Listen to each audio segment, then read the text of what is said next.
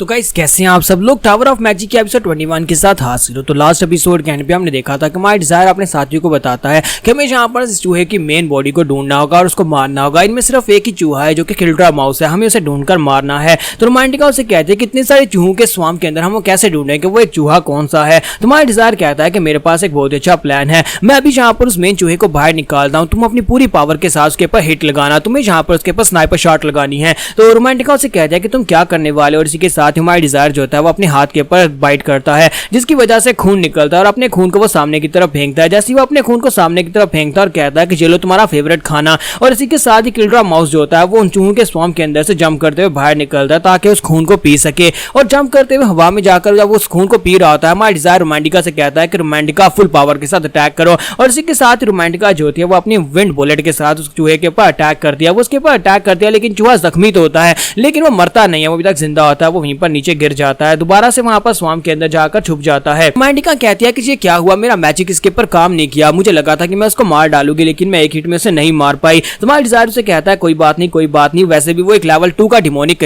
Creature था और तुम अपने इस फिलहाल के मैजिक के साथ उसको मार नहीं सकती थी। और इसी के साथ ही वो फिर से वहां पर जब स्वाम्प के अंदर चला जाता है, तुम्हारी डिजायर कहता है हमारे लिए और भी ज्यादा मुश्किल हो गया है। एक तो वो दोबारा स्वाम्प के अंदर चला गया, दूसरा हिट होने के बाद अब वो और भी ज्यादा सतर्क हो जाएगा, यानी कि हम लोग एक ही चाल को दोबारा यूज नहीं कर पाएंगे, हमें यहाँ पर से भाग कर ही जाना होगा। लेकिन इसी के साथ दिखाते हैं कि प्राम बड़ी तेजी के साथ भागता हुआ उस झुंड की तरफ चला जाता है जहां पर चूहों का ढेर लगा होता है। बड़ी तेजी के साथ भागता हुआ आगे चला जाता है। तो वो चिल्लाकर उसे कहता है कि प्राम जी तुम क्या कर रहे हो, बेवकूफी मत करो, वहां पर बहुत सारे चूहे हैं। लेकिन प्राम जो होता है वो स्वाम्प के बीच चला जाता है, यानी कि उन सभी चूहों के बीचों बीच वहां पर चला जाता है। सारे चूहे उसे पूरी तरह से कवर कर लेते हैं। वहां पर बहुत सारे चूहे होते हैं और पूरी तरह से उन्होंने यहाँ पर हमारे प्राम की पूरी बॉडी को कवर कर लिया होता है। वो चिल्ला चिल्लाकर उसे कह रहे थे प्राम प्राम तुम कहां पर हो, बाहर निकल आओ। लेकिन प्राम वहां पर सोच रहा था कि मुझे अपने दोस्तों को बचाने के लिए करना ही होगा, चाहे कुछ भी हो जाए, मुझे यहाँ पर उस किल्ड्रा माउस को ढूंढना होगा और उसे मारना होगा क्योंकि वो जख्मी है, मुझे फोकस करना होगा। इन चूहों में से जो भी यहाँ पर जख्मी होगा जिसने कवच पहना हुआ है, मुझे उस चूहे को ढूंढना है क्योंकि वहां पर बहुत सारे चूहे होते हैं। और इस तरह ढूंढते ढूंढते उसे फाइनली वहां पर वो चूहा मिल जाता है। और दूसरी तरफ दिखाता है कि हमारा डिजायर जो होता है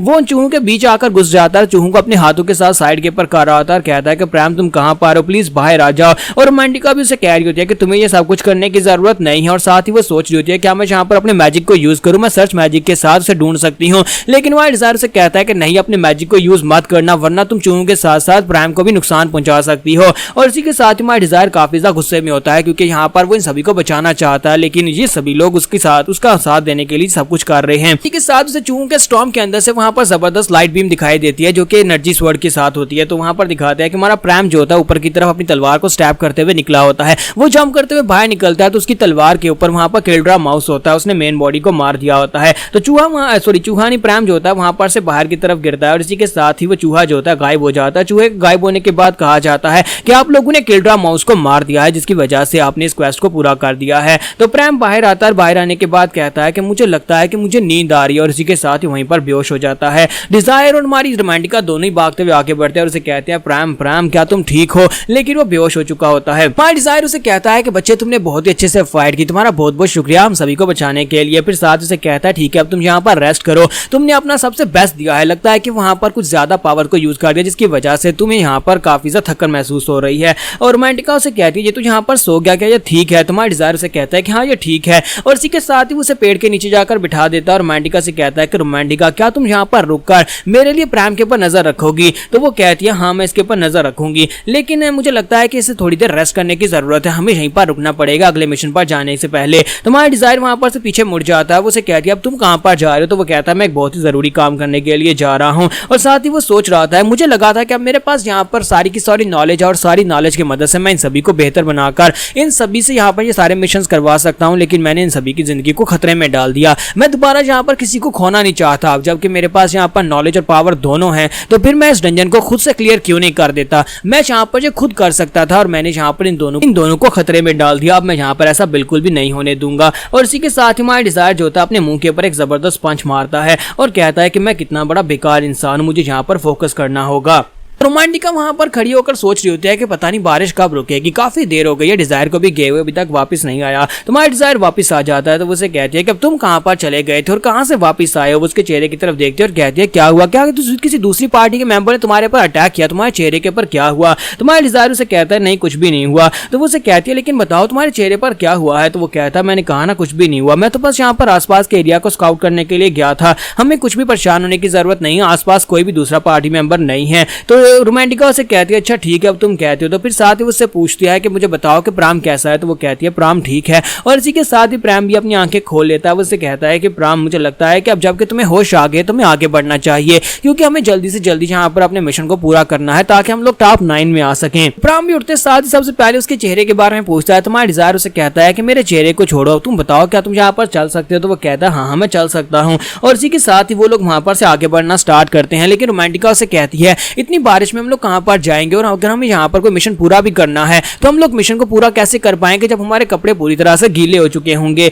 इतनी बारिश में तो नीचे बहुत सारा कीचड़ और फिसलन हो जाएगी। तुम्हारा डिजायर उनसे कहता है कि बारिश से बचने के लिए मैं तुम सभी लोगों को टावर की तरफ लेकर चलता हूँ, चलो जल्दी से हम लोग उस टावर के अंदर चलते हैं क्योंकि हमारा अगला मिशन वहीं पर होने वाला है। और इसी के साथ ही वहां पर एक और क्वेस्ट उन्हें बताई जाती है कि पहले वाली क्वेस्ट जो थी वो कंप्लीट हो चुकी है, यानी कि डिमोनिक क्रीचर खत्म हो चुके हैं और अब यहाँ पर तुम्हारा दूसरा जो है वो टेस्ट स्टार्ट होने वाला है। ये वाला उनका मिशन फाइनल मिशन होने वाला है। तो उन्हें कहा जाता है कि ये क्लॉक जो यहाँ पर चल रही है ये क्लॉक एनर्जी सोर्स की मदद से चल रही है, तुम्हें इस टावर के अंदर आकर इसके ऊपर लगे हुए एनर्जी मैजिक क्रिस्टल को तोड़ना होगा। अगर तुम उसको डिस्ट्रॉय करते हो तभी इस क्लॉक को रोका जा सकता है, तुम्हें इस क्लॉक को रोकना है, यानी कि इस टावर की फंक्शनैलिटी को रोकना है, उसके ऊपर जो मैजिक क्रिस्टल है उसे तबाह करके। और इसी के साथ ही वो लोग कहते हैं कि चलो फिर आगे बढ़ते हैं और उस टावर में चलते हैं। तो रोमांटिका जो होती है वो प्राम से कहती है कि तुम्हें यहाँ पर ये सोचने की जरूरत नहीं है कि हम तुम्हारी वजह से लेट हो गए हैं क्योंकि अभी भी यहाँ पर बहुत सारा टाइम है। रोमांटिका कह रही होती है कि मुझे बहुत ज्यादा ठंड लग रही है क्योंकि बारिश हो रही है, चलो जल्दी से उस टावर के अंदर चलते हैं। और हमारा डिजायर जो होता है अभी भी अपने हाथों की तरफ देख रहा होता है और कहता है कि मैं सेम गलती दोबारा बिल्कुल भी नहीं करूंगा,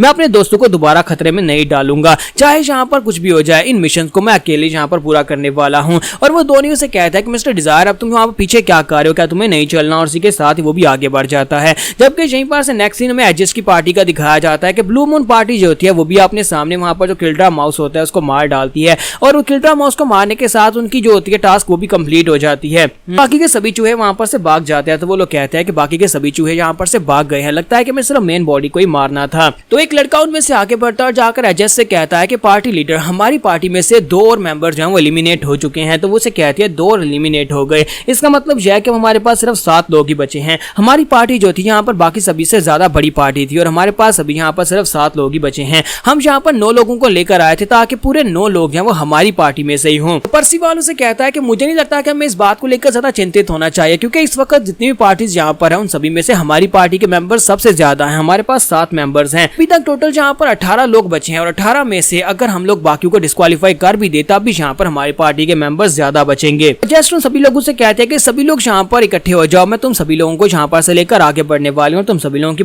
पोजीशंस को यहाँ पर दोबारा से रिवाइंड किया जाएगा। लेकिन इसी के साथ ही हमारी एजेस को महसूस होता है जैसे कि साइड के ऊपर से बहुत ही तेज हवा आ रही है और वो कहती है नहीं ये हवा नहीं है बल्कि किसी ने यहाँ पर विंड बुलेट का यूज किया। और इसी के साथ ही वो पर्सिवाल के ऊपर निशाना लगा रही होती है जिसकी वजह से हमारी एजेस जो होती है पर्सिवाल के सामने अपनी आइस के साथ एक शील्ड बना देती है और हवा जो होती है उसके साथ टकराती है। तो पर्सिवाल कहता है ये अचानक से क्या हुआ। एजेस उन लोगों से कहते हैं कि अपने आप को कवर दो क्योंकि सामने कोई स्नाइपर है जो हमारे पर अटैक कर रहा है। तो यहाँ पर हम लोग अपने एपिसोड 21 का एंड करेंगे और नेक्स्ट एपिसोड में देखेंगे कि ये वाला स्नाइपर कौन है, क्या ये हमारी रोमांटिका थी।